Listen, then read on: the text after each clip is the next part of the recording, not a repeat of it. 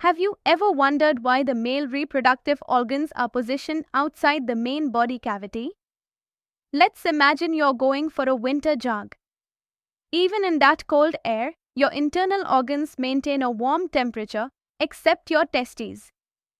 That's because sperm production needs a lower temperature, around 2 to 2.5 degrees Celsius below normal body temperature. Nature solves this by placing the testes in the scrotum, a pouch outside the body. This clever adaptation is where our study of the male reproductive system begins. The male reproductive system is located in the pelvic region. It consists of a pair of testes, accessory ducts, reproductive glands, and the external genitalia, the penis. Each testis is about 4 to 5 centimeters long and 2 to 3 centimeters wide and is housed in the scrotum. The testes are covered with a tough protective layer and divided into about 250 compartments called testicular lobules. Each lobule contains 1 to 3 called seminiferous tubules. These are the actual sites where sperms are produced. Inside each tubule are two types of important cells, spermatogonia, the male germ cells, which divide to form sperm. Sertoli cells, which provide nourishment and structural support to the developing sperm. Outside the tubules, in the interstitial spaces, lie the Leydig cells. These cells are factories for testicular hormones, also known as androgens, the most important being testosterone. Now let's trace the path of the sperm.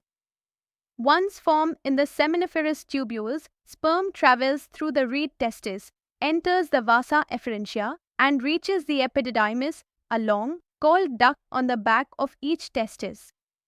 From there, it moves into the vas deferens, which loops up over the urinary bladder, receives secretions from the seminal vesicle, and finally joins to form the ejaculatory duct. This duct opens into the urethra, which extends through the penis and ends at the urethral meatus, the external opening. The penis is the external genital organ in males. It is made up of erectile tissue that can become rigid to allow insemination. At the tip of the penis is an enlarged part called the glans penis, covered by a loose fold of skin known as the foreskin. The urethra, which carries both urine and semen, runs through the penis. The male reproductive glands are just as important. They include paired seminal vesicles, a single prostate gland, and paired bulbourethral glands. Together, they produce a fluid called seminal plasma, which mixes with sperm to form semen.